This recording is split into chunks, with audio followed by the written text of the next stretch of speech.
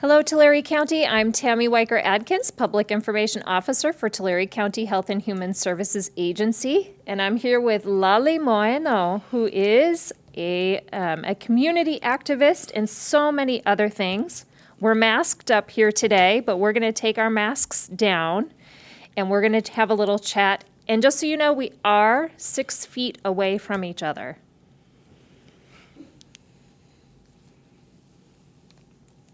So we are all learning how to use our face masks today, right, Lali? Yes.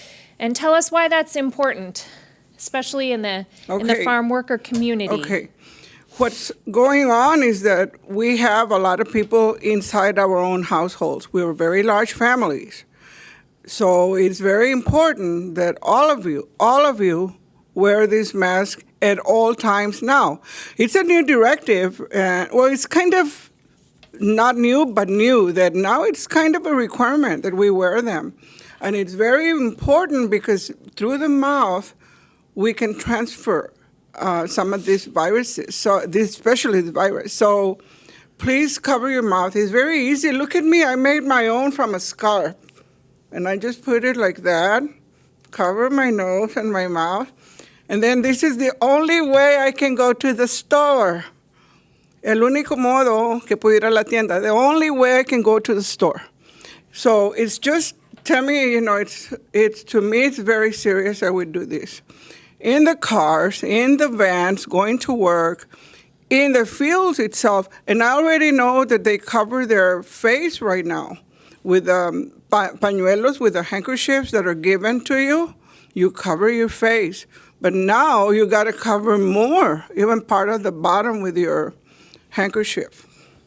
And so today we're talking to our full community, but we're also really talking about our Hispanic community and our farm worker community because that's concerning, right? Yes. And COVID-19 is spreading in our county, so today we have the updated numbers. Today and this is April 7th, it's 158 cases, and cases are increasing.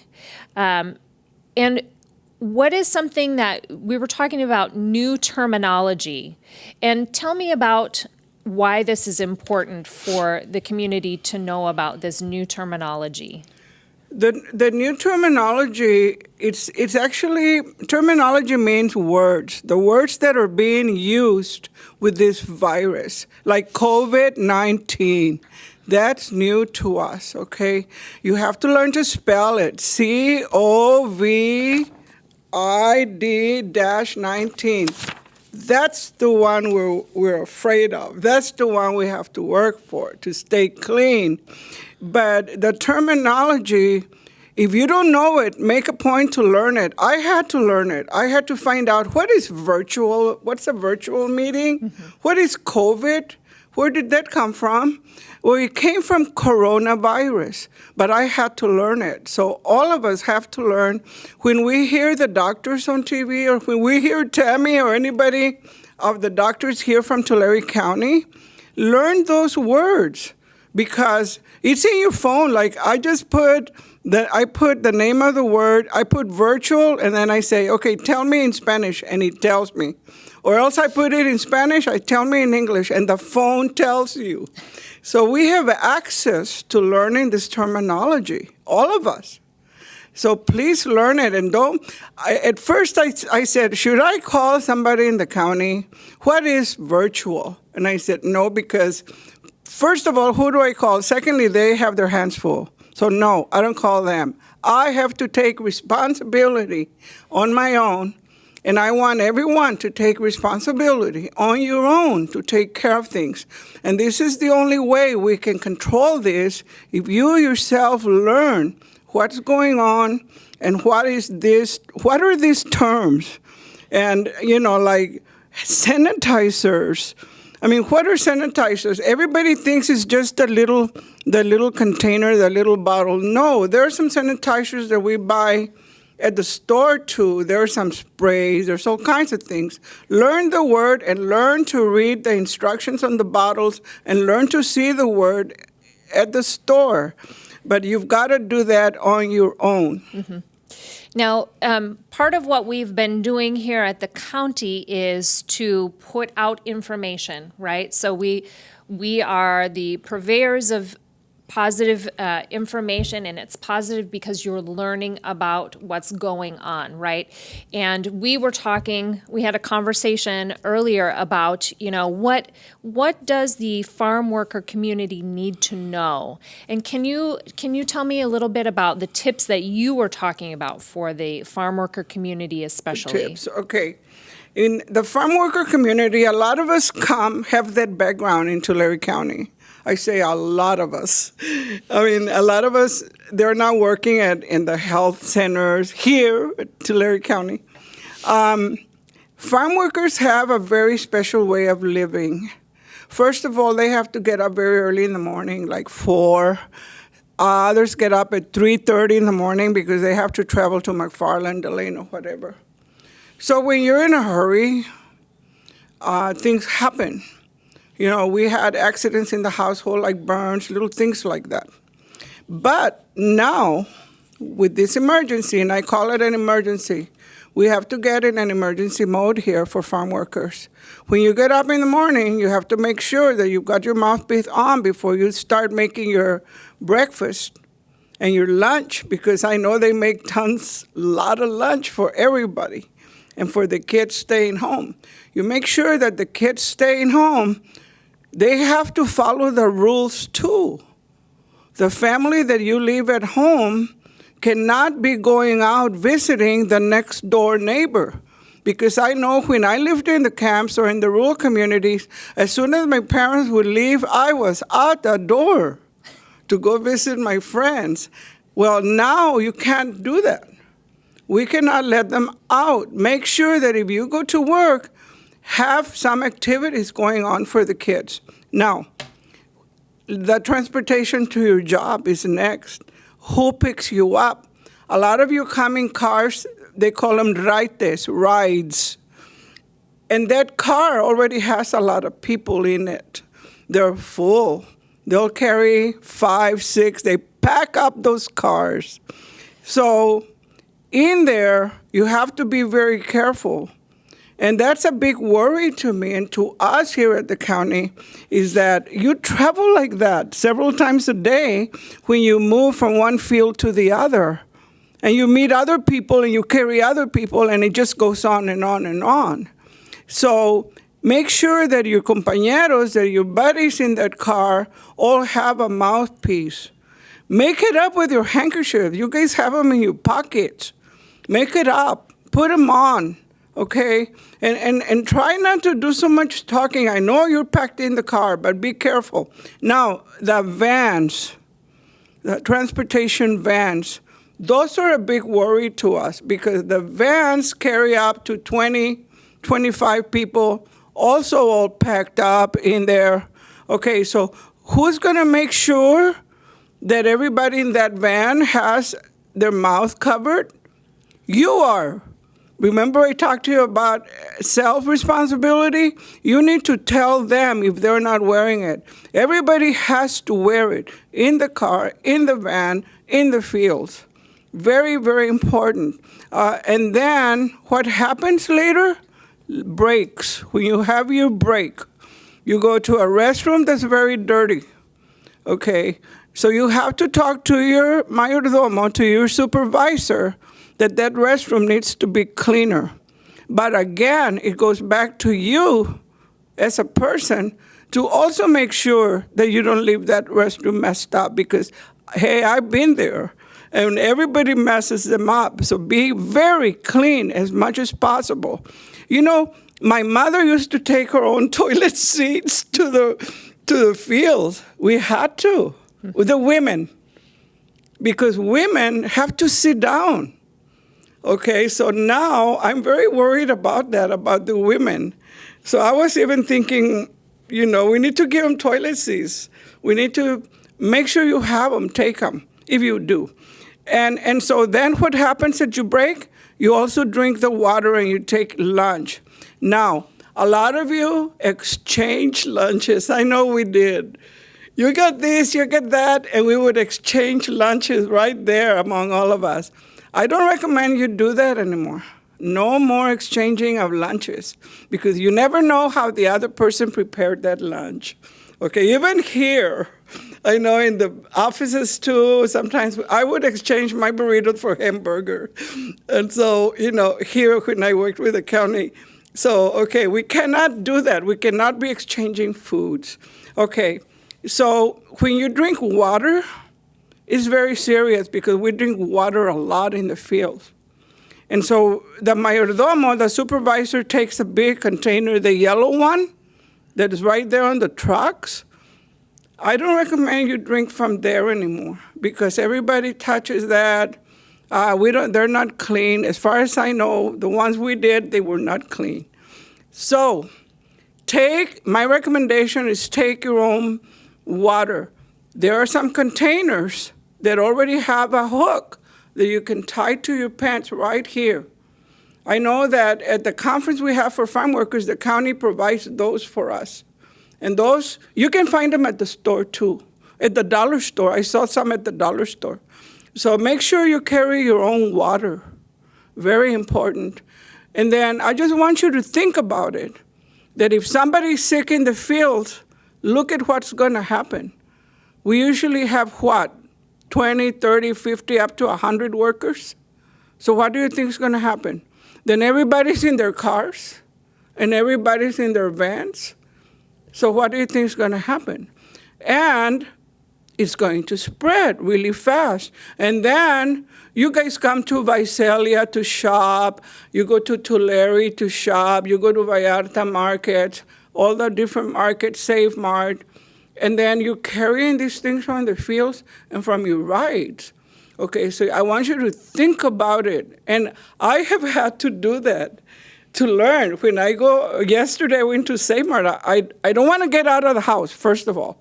But yesterday I had to get out because my husband is kind of special needs, so I had to go get some things. Well, in the car, I looked at other people who were coming out real fast like normal, and I said, wait a minute, I cannot do that.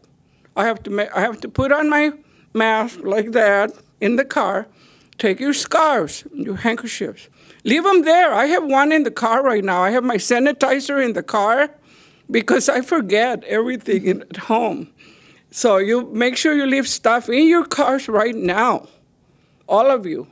Okay, so when you go to the stores, you have to think about it, that you have to protect yourselves. All of us, I'm really surprised. Friends, amigos, everybody, you need to start wearing your mask. Everybody. Yesterday at Save Mart, over half of the people were not wearing them. And that was very concerning to me and scary. Feeling for the cashiers, for all the workers who are out there, and I don't want to be the person responsible to transfer the virus to somebody else. You don't want to be that person, so you need to make sure and take responsibility and wear everything. So one of the things that we were talking about earlier is that you had mentioned that there's also an issue of soap when Yes. when you go to the restroom in the Yes. fields. Yes. And so you're encouraging people to take their own little soap and keep it Yes. in their pocket as well. So you have your own soap. Yes. And you wash your own hands and you don't share your soap. Yes. What happens is, okay, when we're working on the fields, very few people wash their hands. Very few people. There are some harvests, like the grape harvest, that is full of pesticides. We tend to wash our hands a little bit more often in the fields. But all you do is rinse them with water. And I saw that myself. I see it today in the field. But what's happening is there's some kind of soap there for you that the supervisors bring. But it's a very dirty soap, and it's a soap that's used by everybody who's there. You don't want to do that ever, not even today with the virus, but without the virus, with or without it. You do not want to use that soap. I recommend that you take your own. Again, there's a little bottles of soft soap that has disinfectant in it. I buy them myself. One of them is in my purse right now, just in case. But you have to use different soaps. Do not use the one that's provided to you, please. You can see it. I used to see it full of dirt. So what I used to do was put it under the faucet and rinse until all the dirt was out. Then I would use it. But that's not good either. We do that right now in the field. Some people put it under the water. No. So you're better off using your sanitizer. Okay? So the soap issue is big. So let's get in the homes too. Okay? We need to be careful with the soaps. But señoras, the women in the fields, you need to carry this stuff in your pockets and then help everybody else. But please do that. Have your own protection. So I wanted to go back, and we were getting into talking about making sure that your family is protected. And this weekend coming up is a big holiday. We have big families. It's hard not to get together. But what would you say about that? Okay, the gatherings. The gatherings are a very important factor in our culture. We gather for everything. We gather when someone is sick, when someone had a baby, when someone passes away. There's showers, there's baptismals, there's always something going on in our culture. And we're so used to having everybody together. I remember one time my mother was in the hospital right before she passed. We had 32 people in the waiting room for my mother. Okay, and the hospital administration had to come down several times. Can most of you go home? And I mean, that is what happens in our culture. Lots of people will go to the hospital. Lots of people will go to your functions, to the bautismo, the quinceañera, the weddings. I saw something going on at the Memorial Hall this weekend. I go, oh no, I hope you're not having one of those right now. But I didn't want to stop and talk to them. But we cannot do this right now. We cannot gather.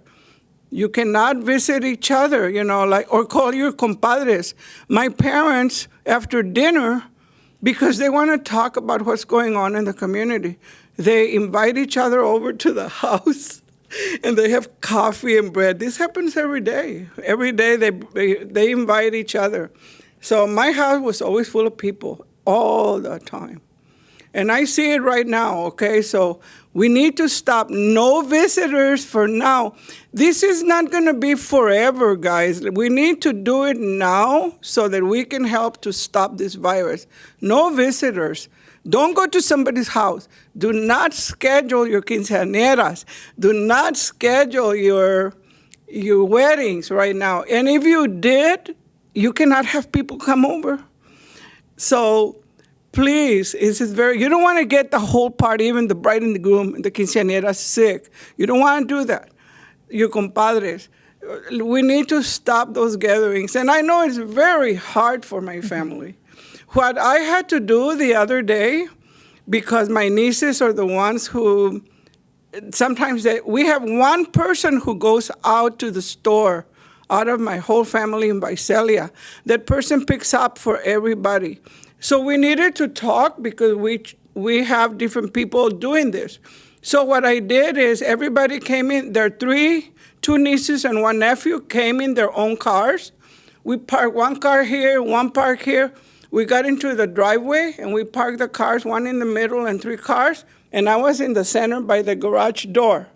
And from there, from the garage door, I told them, okay, now you got to do this. Now you got to do that. All of us, we need to start doing this before you go into Save Mart, before you go anywhere. So if you want to talk to your relatives, you can do that. Have them come up in the car far away, or keep your distance like me and Tammie right now. We cannot be close. No se pueden arrimar ya. We cannot be close. Okay? Please. Be creative. That's what I'm trying to think too.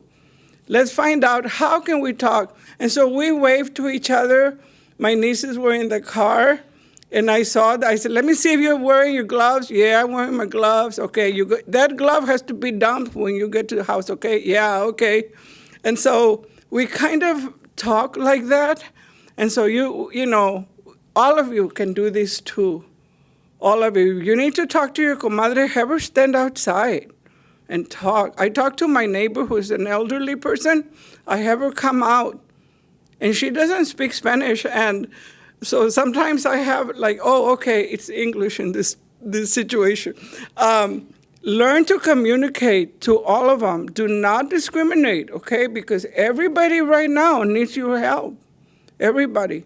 And we have to set that example for everyone. It doesn't matter what culture you are and what political party.